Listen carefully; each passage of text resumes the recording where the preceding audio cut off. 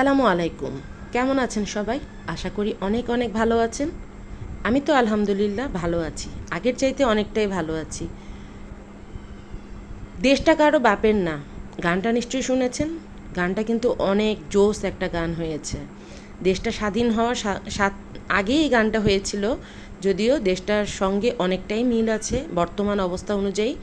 তো আশা করি সবারই এই পরিস্থিতির জন্য একদিক দিয়ে সুখ সুখ মনের মধ্যে আসছে, আরেক দিক দিয়ে দুঃখও লাগছে।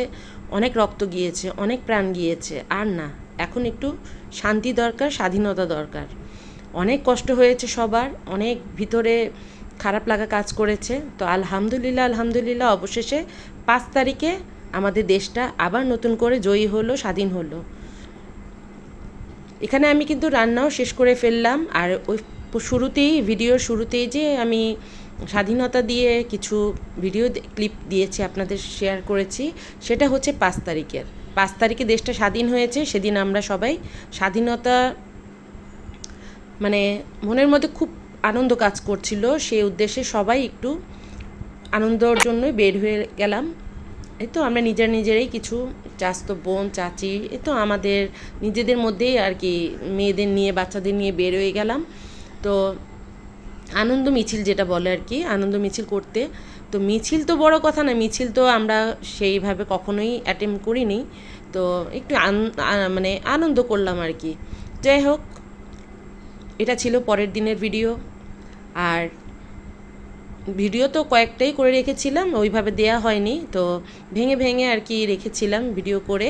যেহেতু পরিস্থিতি খারাপ ছিল, মন মানসিকতা ভালো ছিল না, সেইভাবে ভিডিওগুলো দিতে পারিনি।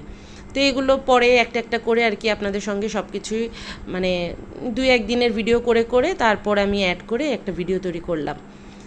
এখন তো সবার ভিতরে একটা আনন্দ কাজ করছে, স্বাধীনতা চলে এসেছে আবার নতুন করে। যদিও অনেক রক্ত, অনেক মানে কষ্ট হয়েছে, অনেক ফ্যামিলিতে, অনেক পরিবারের বাবা মার ভিতরে এখনও কষ্ট রয়ে গিয়েছে, যেটা আমরা হাজার বললেও তাদের মন থেকে তো এই কষ্ট যাবার নয়। তারা তো সারা জীবন এই দিনটাকে মনে রাখবে। আমরা হয়তো অনেকেই ভুলে যাব, আবার অনেকেই মনে রাখবো, কিন্তু যাদের ফ্যামিলির মানুষগুলো, যাদের সন্তানগুলো চলে গেছে এই দেশ স্বাধীন করতে গিয়ে, তারা কি কখনো ভুলবে? অবশ্যই না।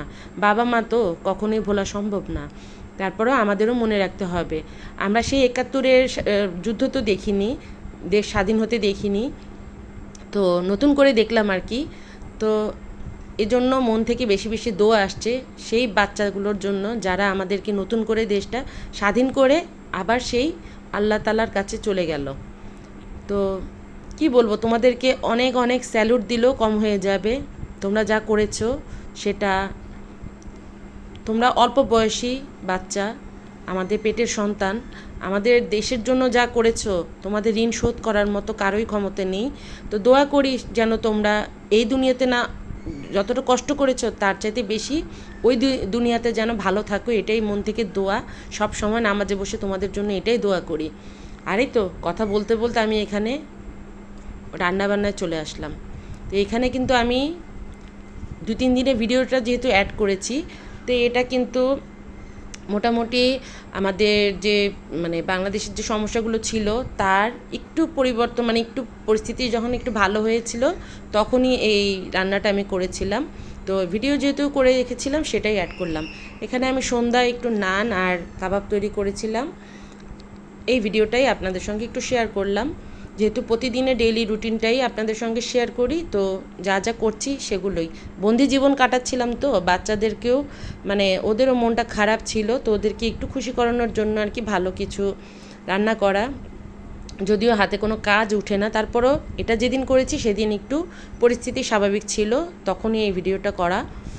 যাই হোক, এখন তো আলহামদুলিল্লাহ বাংলাদেশের অবস্থা অনেকটাই ভালো। দোয়া করি সামনে আরও ভালো হবে, কারণ যেভাবে এখন দেশটা চলছে, বাচ্চারা চালাচ্ছে, ইনশাআল্লাহ ইনশাআল্লাহ সামনে আরও ভালো হবে, এটাই আশা করি।